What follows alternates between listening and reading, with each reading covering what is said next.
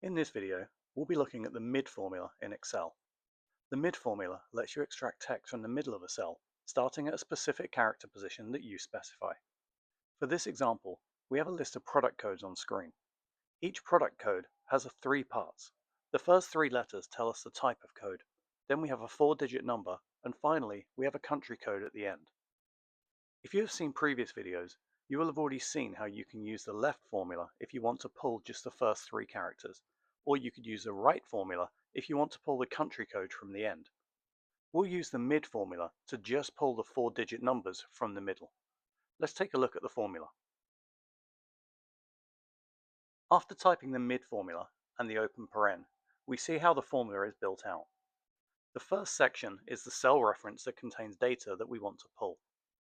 After a comma, the second section tells Excel what character to start from in that cell.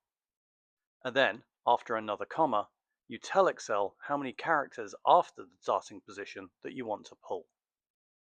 In this case, the cell reference is going to be A2. And we want to skip the ORD minus, which is 4 characters, so our starting position is 5. Then finally, the number we want is 4 digits, so we put 4 as the number of characters to pull. Now, when we type the close paren and enter, we see the 4-digit number we wanted reflected in this cell.